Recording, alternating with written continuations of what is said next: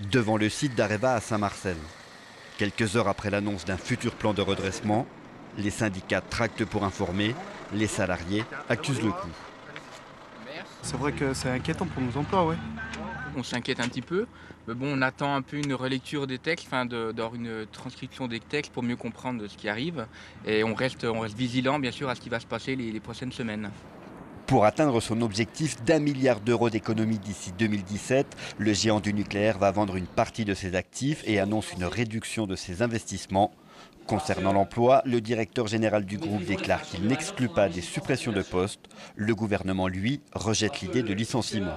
Il y aura des efforts à faire et ceci sera dans le cadre d'un dialogue social approfondi et le directeur général a indiqué que le prochain mois serait consacré à un accord de méthode pour voir comment nous allons procéder. On va suivre ça de très près et s'il y avait des suppressions de postes, cela se ferait bien sûr sans licenciement.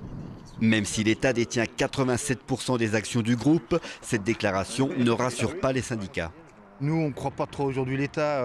On le voit sur le site de Saint-Marcel. On avait un plan d'embauche de 50 personnes prévu pour 2015 et le plan d'embauche est gelé. Alors d'aujourd'hui, il y a des métiers qui risquent de manquer.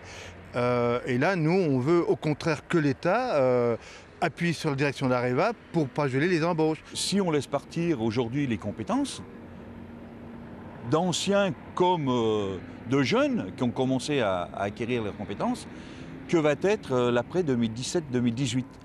Est-ce qu'on va continuer à fabriquer en France ou, comme l'a dit aussi notre grand directeur, continuer, même accentuer avec la Chine ?